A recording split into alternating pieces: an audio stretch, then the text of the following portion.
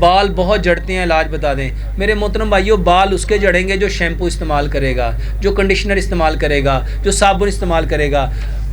Sir को धोने का सबसे बेहतरीन तरीका दूध है। दुनिया में सबसे बेस्ट स्किन क्लींजर मिल्क है, दूध के साथ। इकबाल ने 1920 में एक जुमला कहा था, दूधो नहाओ फूदो फलो।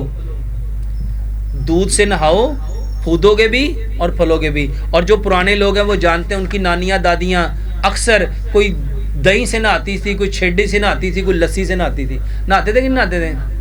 मेरे मोहतरम भाइयों, सर में दूध लगाओ। बहुत सारे लोग कहते हैं स्मेल आती है, उनके सर से स्मेल आती है जो भैंस का दूध इस्तेमाल करते हैं, उसमें फैट ज़्यादा है। गाय का दूध लो,